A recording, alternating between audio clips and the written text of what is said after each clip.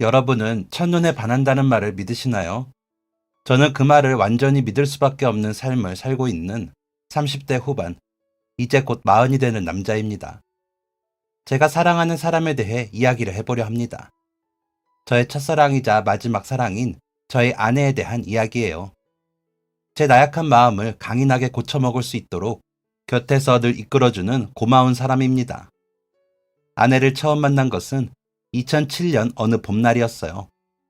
학교에 가기 위해 버스를 기다리던 정류장에는 커다란 벚꽃나무가 마치 새하얀 눈송이 같은 꽃잎을 사르르 흩뿌리고 있었습니다.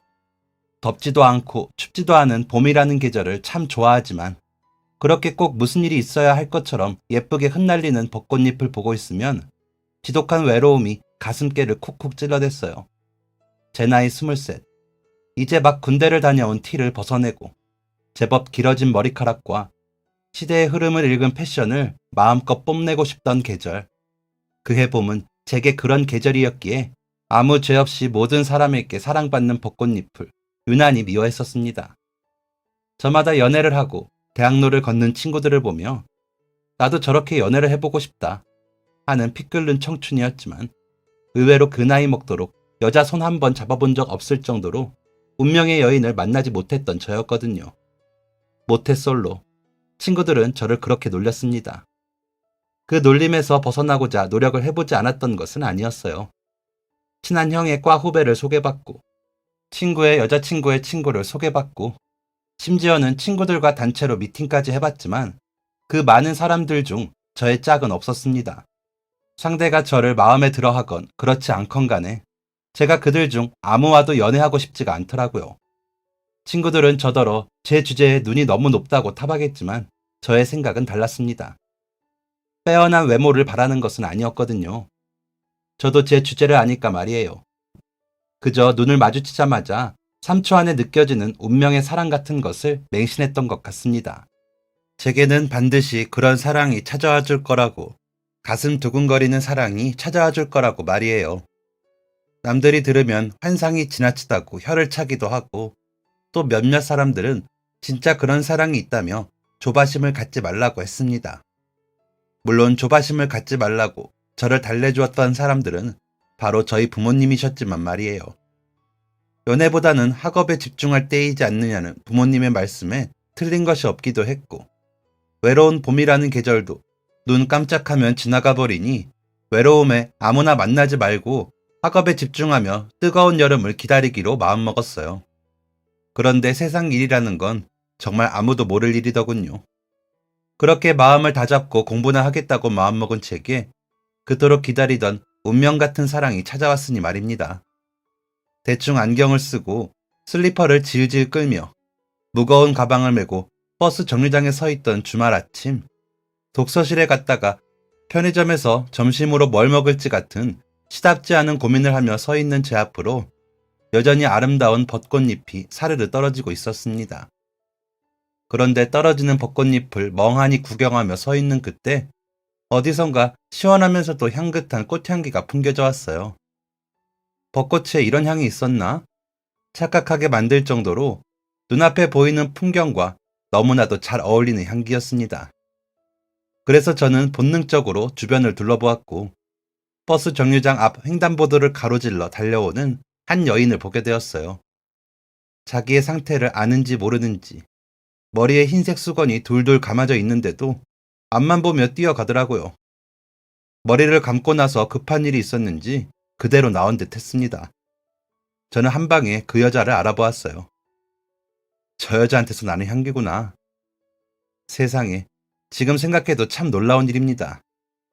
바로 옆을 지나가는 사람의 향기도 아니고 제법 떨어진 거리에 횡단보도를 건너오는 사람에게서 나는 향기를 맡아버린 저라니. 그 누구도 제 말을 믿어주지 않을 정도로 황당한 상황이었어요. 그리고 저는 머리에 수건이 둘둘 말려져 있는 것도 모르는 채 급하게 어디론가 뛰어가는 그 여자에게 그렇게 첫눈에 반하게 되었습니다. 우스꽝스러운 그녀의 모습이 머리 위로 그림같이 떨어지는 벚꽃잎과 너무나도 잘 어울려서 눈이 부실 지경이었거든요. 누가 사랑에 빠지면 심장이 두근거린다고 했던가요? 그때 제 심장은 두근거리기는커녕 뛰기를 포기한 것처럼 멈추어 있었습니다. 헉 하고 숨이 막히는 것만 같은 그런 기분. 과장을 조금 보태자면 귓가에 음악이 연주되는 것도 같았습니다. 도서관을 가기로 했던 계획은 없던 일이 되어버리고 저도 모르게 그녀의 뒤를 따라가게 되었어요. 연락처라도 물어볼 심산이었죠. 그런데 그 여자가 어느 편의점 안으로 쏙 들어가 버리고 저는 편의점 유리에 비친 저의 몰골을 확인하게 되었습니다. 이런 몰골로 다가가 말을 건다면 누구라도 거부감이 들 것 같다는 생각이 들었어요. 그래서 아쉬운 마음으로 발걸음을 돌려야 했습니다. 그녀는 그 편의점에서 아르바이트를 하는 것 같았어요. 돌아서며 바라본 편의점 안에서는 머리에 감고 온 수건을 가리키며 황당해하는 다른 알바생과 유니폼 조끼를 입다 수건 이야기에 깜짝 놀라는 그 여자의 모습이 비춰지고 있었기 때문입니다. 그날은 아쉬운 발걸음을 돌렸지만 그 후로 저는 그 편의점을 자주 찾았습니다. 그런데 그 편의점을 찾아가고 또 찾아가도 그 여자의 모습은 다시 만나볼 수가 없더군요. 초조한 마음이 들었어요. 결국 신뢰를 무릅쓰고 다른 아르바이트생에게 그 여자의 근무 시간을 물었습니다. 수건 두르네요? 대박. 왜요? 걔 제 친구인데? 여기서 일하는 애 아니에요. 그날 잠깐 대타로 와준 것뿐이에요. 걔 보고 싶으시면 저 앞 서점으로 가시면 돼요. 거기서 아르바이트 시작했거든요. 행운을 빌게요.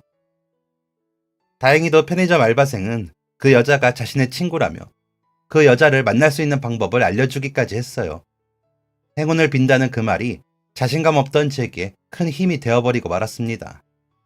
그리고 찾아간 서점에서 저는 대차게 거부당하고 말았답니다. 저도 참 대책이 없는 사내였어요. 다짜고짜 다가가서 첫눈에 반해서 그러는데 번호를 좀 알려달라고 하다니. 아무리 마음에 드는 사람이라도 그런 식이면 누구나 부담스러웠을 텐데요. 하는 수 없이 저는 매주마다 그 서점에 들러 읽지도 않는 책을 종류별로 구매하기 시작했습니다. 갈 때마다 한 권씩 한 권씩. 그리고 마침내 그 여자가 제게 먼저 아는 척을 해왔어요. 책 진짜 좋아하시나 봐요. 그래도 꼭 갖고 싶은 거 아니면 도서관에서 빌려보는 게 좋지 않아요? 매번 책 한 권 읽을 때마다 구매해서 보면 돈도 많이 들고. 그냥 매번 돈 주고 책 사서 읽는 게 돈 아깝지 않느냐는 말이었는데 제 심장은 마구 불타올랐습니다. 누군가 제 심장에 손을 올려본다면 필시 아 뜨거 하고 말을 했을 거예요. 그렇게 저는 또 한 번 용기를 내어 그럼 시간 될 때 도서관에 함께 가지 않겠느냐고 물었습니다. 여자는 잠시 망설이더니 그럼 오늘 시간 어때요? 하고 수줍게 말했고 저는 그 순간 또 한 번 그 여자에게 반하고 말았죠. 그때 이미 저는 그 여자와 결혼을 하는 상상까지 하고 있었습니다. 이렇게 한순간에 사랑에 빠질 수 있다는 것이 직접 경험하면서도 믿겨지지 않았어요. 그 후로도 저희는 종종 도서관에 함께 가며 가까워져 갔답니다. 나이도 동갑이었습니다. 그러다 제가 마침내 고백을 했을 때 그녀는 제게 말했어요. 나는 학교 졸업할 때까지는 연애할 생각이 없어. 저와 연애하고 싶지 않다는 소리를 돌려 말했다고 생각한 저는 시련의 아픔을 제대로 맛보며 더 이상 그녀를 찾아가지 않았고 몇 달의 시간이 흘러 학교 앞에서 우연히 그녀를 다시 만나게 되었을 때 제가 그녀의 말을 단단히 오해했음을 깨닫게 되었습니다. 그녀는 저를 보자마자 코끝을 붉게 물들이고 제 앞으로 다가왔어요. 그리고는 파르르 떨리는 목소리로 어떻게 이렇게 한순간에 발길을 뚝 끊을 수가 있어? 하고 따져 물었습니다. 어안이 벙벙했지요. 어떻게 그녀에게서 그런 질문이 나오는 건지 이해가 가지 않았거든요. 네가 내 고백을 거절하지 않았느냐고 저도 괜히 억울함에 북받쳐 따져 물었습니다. 그랬더니 그녀가 황당하다는 듯 웃으며 말했어요. 시간을 두고 천천히 시작하자는 말이었지. 넌 그게 거절로 들렸니? 그녀의 카리스마 있는 그 한마디로 인해 저희는 다시 예전처럼 좋은 사이로 관계를 유지해 나갔습니다. 알면 알수록 그녀는 더 지혜롭고 예쁜 사람이었어요. 그대로 놓쳐버렸다면 평생 후회할 뻔한 거죠. 시간이 흐를수록 저는 더욱더 그녀에게 빠져들었고 마침내 그녀가 대학을 졸업할 무렵 저희는 연애를 시작하게 되었습니다. 그녀는 제게 말했어요. 가끔 짜증도 나고 답답했을 텐데도 조바심 내지 않고 자신을 기다려줘서 고맙다고. 26. 저도 졸업 후 회사에 취업을 하고 돈을 벌게 되면서 저희는 냅다 결혼 약속부터 해버렸습니다. 제가 먼저 청혼을 해버렸어요. 부모님께도 미리 인사를 드리고 저희는 서로를 더 알아가기 위한 여행을 자주 다니게 됐어요. 가까운 국내부터 그리 멀지 않은 해외까지. 일을 하면서 여행을 다닌다는 게 그리 쉬운 일은 아니었지만 평소 여행에 대한 로망이 컸던 제가 혼자가 아닌 사랑하는 사람과 함께 그 꿈을 이룰 수 있다는 것은 보통 행복한 일이 아니었답니다. 그렇게 소소하고 특별한 추억들이 저희의 사랑을 더 키워갈 때쯤 저희는 마침내 결혼이라는 인생의 또 다른 문을 함께 통과하게 되었습니다. 아내는 저와 동갑이었지만 저보다 훨씬 어른스럽고 꼼꼼한 성격이었으며 어떤 문제에 닥쳤을 때도 늘 지혜롭게 헤쳐나가는 멋진 사람이었어요. 그래서 결혼 후에는 더욱더 아내에게 걸맞는 사람이 되고 싶어졌습니다. 그러다 보니 자연스레 불필요한 술 약속을 나가지 않게 되고 아내에게 받은 용돈을 아끼게 되었습니다. 아내가 생활비 관리를 했었는데 아내는 저보다 더 착실하게 돈을 모았어요. 그렇게 한 푼 한 푼 착실한 아내 덕분에 저는 입사 7년 만에 회사를 그만두고 제 사업을 준비하게 될 수 있었습니다. 아내가 아니었더라면 그렇게 단기간 안에 그 큰 돈을 모을 수 없었을 거예요. 물론 부모님의 도움을 받기도 했고 결혼 전부터 모아온 돈도 있었지만 그래도 혼자였더라면 절대 할 수 없는 결심이었을 것입니다. 자동차 회사에 다니던 제가 회사를 그만두고 사업을 준비하면서 마음에 큰 위로를 주었던 사람은 아내 외에 한 사람이 더 있었는데요. 그 사람은 저보다 한 살이 더 많은 형이었는데 동갑내기 친구들보다 더 친구 같았던 아주 친한 형이었어요. 그냥 별다른 것을 굳이 하지 않아도 함께 있어주는 것만으로도 큰 힘이 되어주는 사람이 왜 하나씩 있지 않습니까? 그 형도 제게 그런 존재였어요. 저도 그 형에게 그런 존재였는지는 잘 모르겠습니다. 하지만 제게는 분명 그런 존재였어요. 그 형과 저의 아내, 그렇게 두 사람만 있으면 세상 몇백 명의 인맥도 부럽지 않았거든요. 저의 인복은 그 두 사람에게서 온다고 생각할 정도로 저는 아내 다음으로 그 형을 좋아했었습니다. 그 형은 대학 동아리 때부터 친하게 지낸 형으로 졸업 이후 각자 바쁘게 사느라 뜸했다가 1년이 지나서야 다시 만나게 되었었어요. 서로 각자가 무슨 일을 하며 어떻게 살고 있는지 등의 근황은 알고 있었지만 1년 만에 다시 만나 얼굴을 보니 감회가 남달랐습니다. 서로의 부모님과도 몇 번 얼굴을 뵐 정도로 그렇게 친하던 사이였으니 1년 만에 만났을 때의 그 반가움은 이루 말할 수 없었어요. 어쩌면 1년이라는 시간이 흘렀는데도 어제 만난 사람처럼 편안하고 좋던지 그 형과 그렇게 친해진 것은 어쩌면 운명일지도 모른다 생각했습니다. 그 후 다시 한 번의 한 해가 흘러가는 동안에도 저희는 중마고우처럼 가깝게 지냈습니다. 제가 그 형을 참 많이 좋아했어요. 유머 감각이 좋고 언변에 능해 함께 있으면 지루할 틈이 없었거든요. 형이랑 있으면 마음이 편안해져 아무에게도 말 못한 고민들을 쉽게 털어놓기도 했었고요. 그럼 그 형은 지겨울 법한 이야기인데도 불구하고 매번 귀를 기울여 들어줬습니다. 외동아들로 자란 제게 그 형은 진짜 가족 같은 존재였어요. 따로 형에게 표현을 해본 적 없었어도 속마음은 그랬었습니다. 정말 아끼던 형이었어요. 그래서 아내와 연애를 시작하게 되었을 때에도 아내에게 가장 먼저 형을 소개했었습니다. 평소 워낙 그 형에 대한 이야기를 많이 했던 터라 아내도 형을 좋게 생각했었어요. 아내는 처음 제게 형을 소개받기 전 그렇게 말했었어요. 종민 씨가 그토록 좋아하는 사람이니 분명 좋은 사람이겠지. 그런 아내의 기대처럼 처음 만남부터 형은 아내에게 좋은 인상을 심어주었습니다. 워낙에 몸에 매너가 배어있던 사람이기도 했고 저와 유머 코드가 맞았던 아내 역시 형이 하는 말들을 듣는 족족 재미있어 했거든요. 아내는 제게 왜 그렇게 둘이 잘 맞고 절친한지 알 것 같다며 신기해 했었습니다. 그렇게 저희 세 사람은 함께 만나서 이야기를 만들어가는 날이 많아졌고 더 이상 함께 만나도 어색하지 않을 정도로 가까워졌습니다. 가장 사랑하는 여인과 가장 아끼는 형과 그리고 제가 함께 친하게 지낼 수 있다는 것은 드문 일이었고 감사한 일이었어요.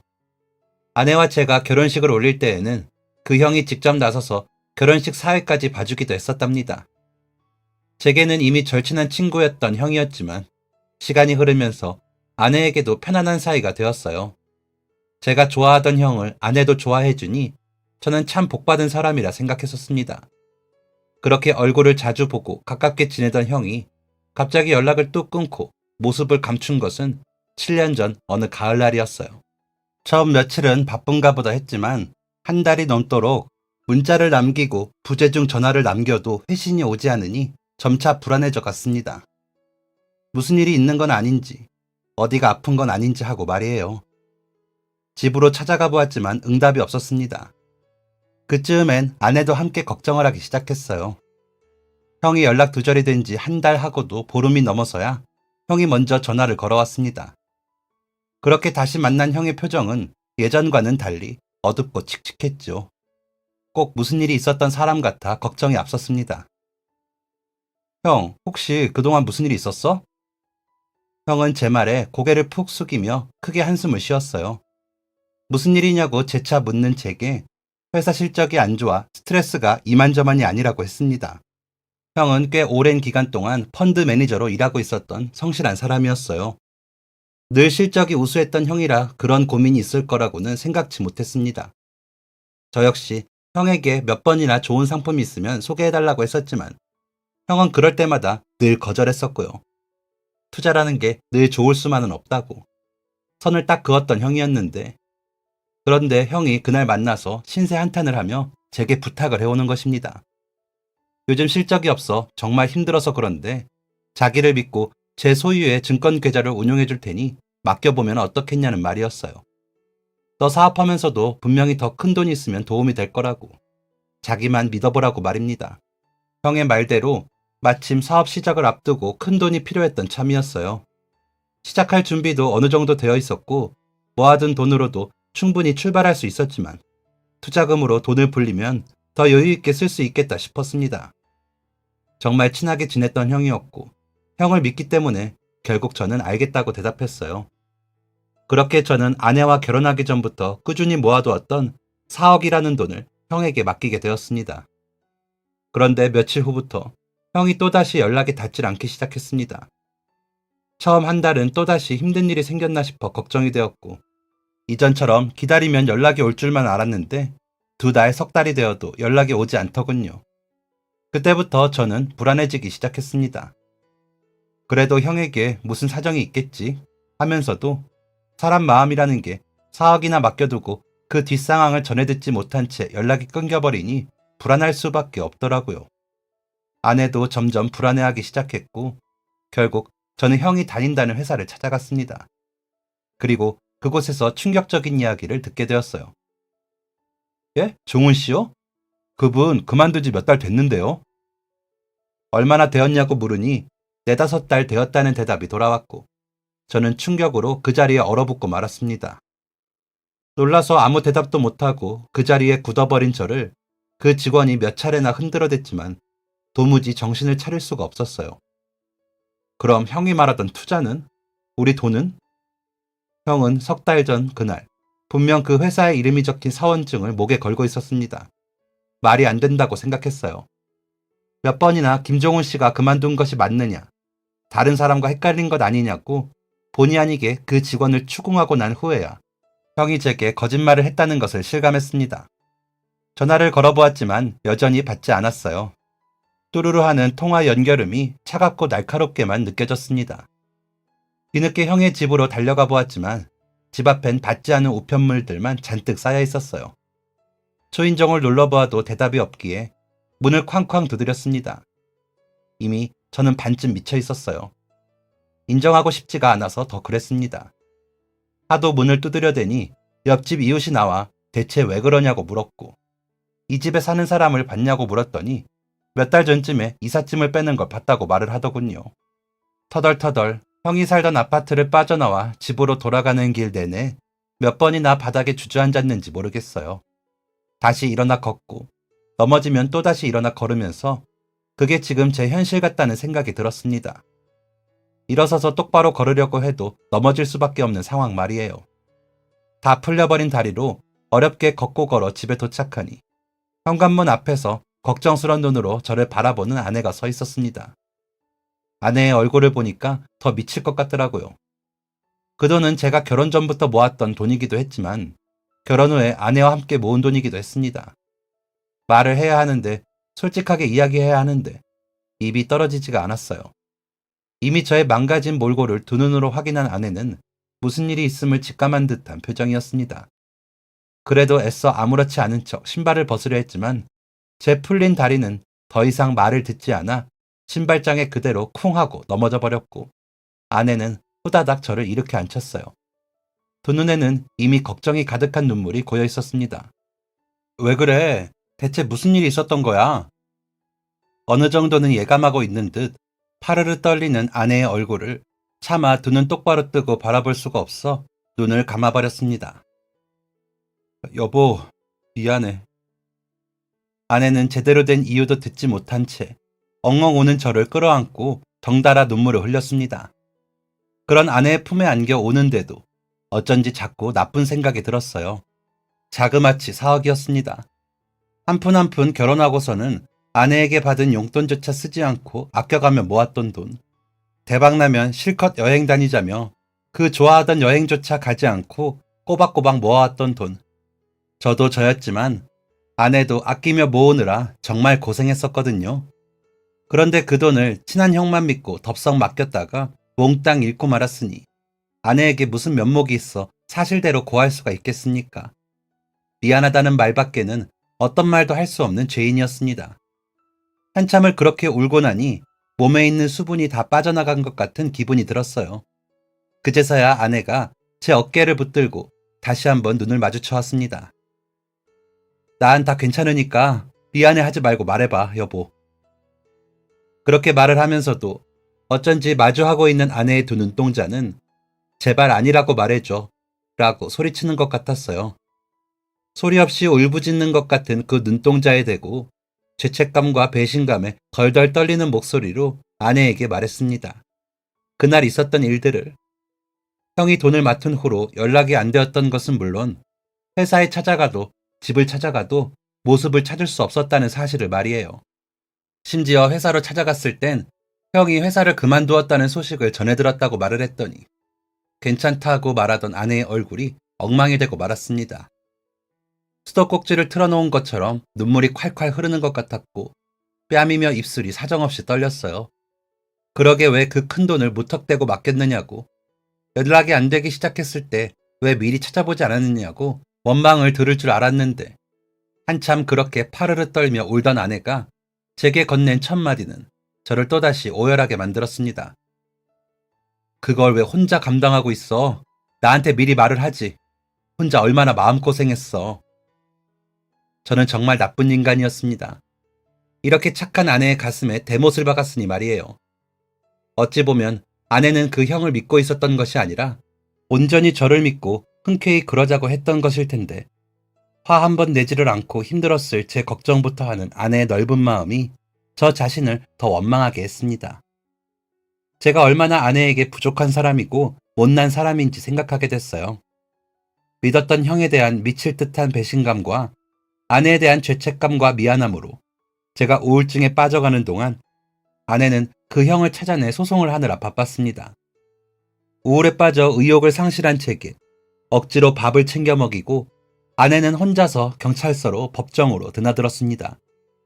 몇 달에 걸친 긴 싸움 동안 아내는 혼자였어요. 그런 아내를 보며 제 마음속엔 언제나 무거운 죄책감이 있었고, 당장 아내를 위해 할 수 있는 것이라곤 밤에 다리를 주물러 주는 것과 미안하다는 말을 하는 것밖에 없다는 사실이 괴로웠습니다. 못난 저는 아무런 도움이 되지 못했고 아무런 도움이 되지 못했다는 생각은 저를 더 우울 속으로 가라앉게 만들었어요. 그 형이 구속되고 4억을 몽땅 도박을 하는 것에 탕진해버렸다는 사실을 확인했을 땐 제 발로 정신과를 찾아갔습니다. 정말 미쳐버릴 것 같아서였어요. 치료를 받고 아내를 놓아줘야겠다는 생각까지 했습니다. 제 옆에 있으면 아내까지 불행해질 것 같다고 생각했기 때문입니다. 그 형에게 당한 일을 생각하면 형은 과연 처음부터 저를 아끼는 동생이 아닌 그저 돈 나올 구멍으로만 봤던 게 맞는 걸까 하는 의심도 들었습니다. 정말 좋아했던 형이기에 배신감도 말할 수 없을 만큼 컸어요. 준비했던 사업도 몽땅 무산되었고 그로 인해 심지어는 빚까지 떠안게 되었습니다. 아내는 제 앞에서 웃어 보이려 애를 썼지만 저는 그녀를 얼른 제 곁에서 떠나보내야겠다는 생각뿐이었어요. 그런데 아내가 어느 날 갑자기 제 손 위에 현금 500만 원을 쥐어주며 말도 안 되는 소리를 하는 것입니다. 여보, 많이 힘들지? 이거 내가 통장 탈탈 털어서 꺼내온 돈인데 당신 이 돈으로 어디로든 여행 좀 다녀와. 거기 가서 머리 좀 식히고 배신감도 미안함도 좀 털어버리고 다시 돌아와. 그런 다음 우리 다시 시작하자. 당신 배낭여행 가고 싶어 했잖아. 다녀오면 분명 괜찮아질 거야. 아내는 어쩜 그런 생각을 할 수 있었을까요? 그런 말을 하기까지 얼마나 많은 생각과 고민을 했을까요? 저는 절대 그럴 수 없다고 대답했습니다. 제가 친 사고였어요. 사실을 확인하지 않고 덥석 사람만 믿어버린 저의 잘못이었습니다. 그런데 그런 제게 책임을 묻기는커녕 원망을 하기는커녕 아내는 오히려 저를 달래고 있었습니다. 그런 아내를 두고 이 상황의 여행이라니 절대 그럴 수 없다고, 어떻게 남긴 돈인데 고작 저 조차고 여행 따위에 쓸 수 없다고 말했더니 아내가 제 약봉투를 꺼내어 제 앞에 내밀었습니다. 그러고는 못 참겠다는 듯 울먹이며 약간은 화가 난 목소리로 말했어요. 그럼 당신 이렇게 다 포기할 거야? 내가 힘들 때 당신이 끌어주고 당신이 힘들 때 내가 끌어주기로 우리 그렇게 약속했잖아. 우린 서로가 서로를 잘 아는 사이잖아. 응? 당신을 잘 아는 사람으로서 당신한텐 지금 그런 시간이 필요해. 다녀오면 분명 좋아질 거야. 우리 아직 시간 많아, 여보. 그러니 다른 생각 말고 다녀와. 당신이 그래야 나도 조금은 웃을 수 있을 것 같아서 그래. 아내는 단호했습니다. 무어라 반박도 할 수 없을 정도로요.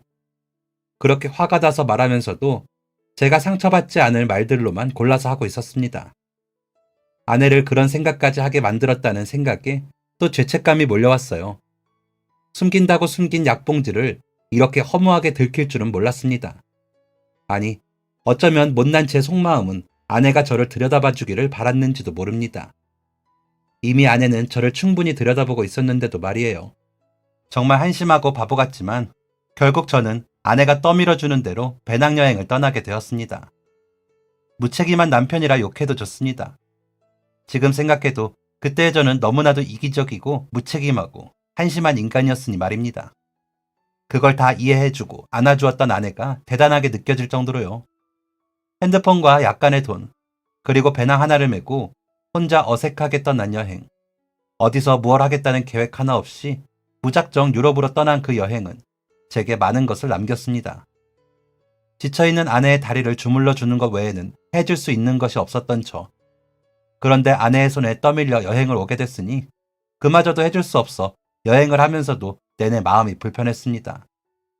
제 우울증이 아내에게 더 큰 짐만 되었던 것 같아 미안했고, 여행 내내 그 미안함 때문에 온전히 여행을 즐기지도 못했던 것 같습니다.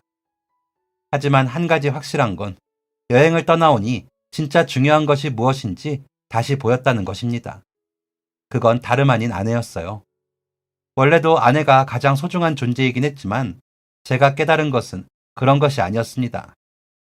제게 아내가 가장 중요한 존재라서 아내가 없으면 안 된다는 것이었어요. 유럽에 도착한 첫날, 아내와 통화를 하던 중 아내는 제게 이렇게 말했습니다. 그깟 돈 없었던 셈 치고 다시 모으면 되지. 우리가 뭐 돈이 있어서 행복했나? 우리 서로가 있어서 행복했지. 그 말에 핸드폰을 얼굴에서 떼어내고 얼마나 울었는지 모릅니다. 아내 말이 다 맞았어요. 돈이 있어서 행복한 게 아니라 저희는 서로가 있어서 행복했던 것인데 바보같이 몰랐습니다. 어쩌면 저는 형에 대한 배신감으로 혼자만 우울해도 된다고 착각을 했던 것 같습니다. 힘들어도 함께 힘들고 극복해도 함께 극복해야 하는 것이 저희였는데 말이에요. 그걸 저보다 먼저 알고 제 생각을 해서 있는 돈을 다 털어 제 등을 떠밀어준 아내에게 무엇이라도 해주어야겠다는 생각이 들었습니다. 최악의 상황에서 우울증에 빠졌다는 이유로 아내를 혼자 두고 여행을 떠나온 제가 여행 하루차 만에 정신이 돌아온 것이었어요. 추억이 있는 곳, 꿈꾸던 곳에 와 있지만 더 이상 혼자의 여행이 즐겁지 않을 것이라는 걸 왜 저는 정말 몰랐을까요? 알면서도 아내가 떠밀어 어쩔 수 없다는 이유로 도망치듯 떠나온 것이 아니었을까요? 하루에 하루가 지나면 지날수록 아내에게 미안하고 고마워졌습니다. 그 깊은 사랑에 자꾸만 눈물이 났지요. 정말 이 여행이 이대로 혼자만의 여행이 되어서는 안 되겠다. 그래서 저는 그때부터 여행지 곳곳을 비디오로 촬영하기 시작했습니다. 함께 오지 못한 아내에게 염치 없지만 영상으로라도 여행지의 분위기를 나누고 싶었기 때문이에요. 여행지에 대한 설명과 지금 나의 상황과 솔직한 기분, 진솔하게 비디오에 담아냈습니다. 그렇게 전 여행을 하는 내내 아내에게 보여주기 위한 비디오를 잔뜩 찍고 또 찍었습니다. 최대한 실제의 아름다운 풍경이 담기도록 잘하지 못하는 핸드폰 카메라를 들고 유럽의 곳곳을 정성껏 담았어요. 아내와 함께 여행하던 곳, 아내가 유난히 좋아하던 분위기의 풍경들을 말이에요.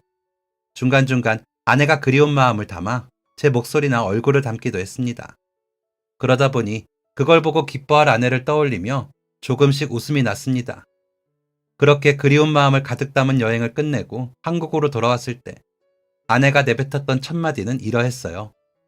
기분이 좀 어때? 가란다고 정말 혼자 떠나버린 제가 미웠을지도, 다 망쳐놓고 혼자 우울에 빠진 제가 원망스러웠을지도 모르는 일인데 아내는 다른 건 다 제쳐두고 오직 남편인 저의 기분만을 생각해 주었습니다. 그런 아내에게 고마운 마음을 숨기고 싶지 않아 품 안 가득 끌어안았어요. 왜 이러냐며 크크 웃는 아내에게 여행 내내 하고 싶었던 말을 꺼냈습니다. 고마워. 평생 당신 곁에서 당신을 위해 살게. 당신이 내 옆에 없었더라면 나는 정말 처참하게 망가졌을 거야. 당신이 있어서 다시 일어날 수 있을 것 같아. 미안하고 고마워 여보. 저의 말을 듣던 아내의 웃음소리가 점점 멎어들었고 조금 있다 그 소리는 눈물을 훌쩍이는 소리로 변하기 시작했습니다. 아내는 눈물을 훌쩍이면서 자기도 정말 힘들었지만 혹여 제가 나쁜 생각이라도 할까봐 두렵고 무서웠다고 속마음을 털어놓았습니다. 여행을 보내면서도 좋아질 거라는 확신과는 다르게 행여 독이 될까 걱정했었다고요. 그런데 얼굴을 보니 보내기 정말 잘했다는 생각이 든다며 역시 자기가 사랑했던 최종민은 틀린 사람이 아니었다고 말했습니다. 그날 저희는, 아니 저는 제가 얼마나 아내를 사랑하는지 다시 한번 느꼈어요. 미안하고 고마운 만큼 평생 아내에게 좋은 남편으로 남겠노라고 스스로에게 다짐하고 약속했습니다. 그날 밤 저는 짐을 다 풀지도 않은 채 아내에게 핸드폰에 담아온 유럽 영상들을 보여주었습니다. 아내는 예쁜 풍경이 나올 때마다 그리고 간간히 제 목소리나 얼굴이 등장할 때마다 진짜 재미있다며 박수를 치고 좋아했지요. 아내가 좋아하는 모습을 보니 조금 어설프더라도 정성껏 촬영해오길 정말 잘했다는 생각이 들었습니다. 다음엔 꼭 함께 가자는 저의 말에 아내는 고개를 끄덕이며 다음에 가게 될 때까지 이 영상은 우리가 따로 기록해두자 하고 말했습니다. 아내의 말인즉슨 저희만의 유튜브 채널에 올려서 저의 첫 배낭여행을 기록하겠다는 뜻이었어요. 저는 화들짝 놀라며 남한테 보여주기엔 영상이 너무 멋이 없고 창피하다고 아내를 말렸지만 소용없었습니다. 어차피 아무도 우리 채널 따위에는 관심이 없다고, 그냥 우리만의 유튜브 채널인 걸로 하자고 고집을 피우는 아내가 너무 귀여웠기 때문입니다. 결국 아내의 뜻대로 편집도 제대로 하지 않은 영상을 유튜브에 업로드하고 사이좋게 각자의 아이디로 좋아요 버튼을 한 번씩 누른 뒤 저희는 행복한 웃음을 지었어요. 귀엽게 찍혀있는 숫자 2를 보며 그 순간만큼은 저희에게 일어난 비극적인 일을 싹 잊어버릴 수 있었습니다. 찍어온 영상들을 모조리 다 올리고 말겠다는 아내의 의지 속에 밤 늦게까지 영상을 올리면서 마치 아무 일도 없었던 것처럼 저희는 그렇게 웃고 또 웃었어요. 그리고 저는 저를 잔뜩 뒤덮고 있던 못난 우울을 털고 새 출발을 하기로 했습니다. 사실 새 출발이라고 하기에도 초라한 것이긴 했어요. 취업을 하기 위해 면접 준비를 하면서 아르바이트를 하는 것이었거든요. 빚도 갚아야 했고 돈도 다시 모아야 했으니 마냥 놀면서 일을 구할 수는 없었습니다. 낮에는 공장에서 아르바이트를 하고 밤에는 대리운전기사 일을 했어요. 아내는 저보다 더 열심히였습니다. 출퇴근 시간이 칼같고 복지가 좋은 번듯한 직장에 다니고 있던 아내는 퇴근 이후에는 식당 아르바이트를 하며 고생을 했습니다. 아내에게 저녁 아르바이트는 하지 말라고 말해봤지만 제가 없는 시간 동안 심심해서 하는 거라는 아내의 고집을 꺾을 수 없었고 그런 아내를 보면 제가 초라한 인간이라 아내를 고생시키는 것 같아 내내 가슴이 아팠습니다. 그래도 늘 웃으며 활기찬 아내를 보면서 힘이 났고 조금 즐거운 마음으로 일을 할 수 있었던 것 같아요. 정말이지 닥치는 대로 일을 했습니다. 아내는 제게 힘들어도 당분간은 바보처럼 돈을 모아보자고 했어요. 투기가 아닌 노동으로 돈을 벌어 빚을 갚아가며 적지만 조금씩 적금을 들고 힘든 날이 있기도 했지만 그럴 때면 늘 혼자가 아니라 당신이랑 함께하니 즐겁다는 말을 입에 달고 살았습니다. 부족하지 않은 집안의 막내딸로 곱게 자랐던 아내를 힘든 생활 전선에 내몰았던 못난 저를 아내는 여전히 끔찍히 사랑해 주었고 저는 그런 아내의 믿음과 사랑에 조금이라도 보답하고 싶어 처음처럼 용돈 한 푼 쓰지 않고 저금을 하기 시작했어요. 먹는 것도 입는 것도 노는 것도 다 참아야 하는 시간들이었지만 이상하게 하루하루가 지날수록 저희에겐 더 희망의 빛이 보였던 것 같습니다. 날이 갈수록 더 깊어졌던 저희의 애정 때문인 것 같기도 합니다. 그러면서 또 한 가지 깨달은 것은 저보다 잘 사는 사람들을 보고 살면 끝이 없다는 것이었어요. 어렵고 힘들게 사는 사람을 생각하며 제게 주어진 것에 감사할 줄 안다면 가족 간의 정도 더 단단해진다는 것을 깨달았습니다. 그렇게 6개월가량의 시간이 흘렀어요. 저는 취업을 희망하던 회사에 공채에 합격을 했고 그 덕분에 아내도 힘든 저녁 아르바이트를 그만두게 되었습니다.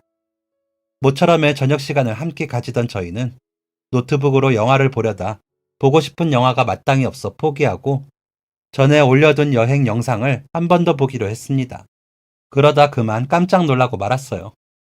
우연히 접속해본 유튜브 채널에는 제가 촬영하고 아내가 업로드한 영상들의 조회수가 어마어마하게 찍혀 있었습니다. 구독자는 이미 1만 명을 훌쩍 넘어 있었어요. 아내와 저는 눈을 마주치며 화면을 다시 보고 또다시 확인했습니다. 어안이 벙벙했어요. 우리 채널에는 아무도 관심이 없을 거라고, 어차피 아무도 모르는 공간이니 우리끼리의 추억을 기록하자던 아내의 말과 정반대의 상황이 펼쳐진 것입니다. 특히 마지막에 올려둔 영상엔 다음 영상은 언제 업로드 해줄 것이냐는 몇몇 분들의 질문까지 댓글로 남겨져 있었어요. 솔직히 말해 상당히 당황하기도 했지만 몹시 황송한 상황이었습니다.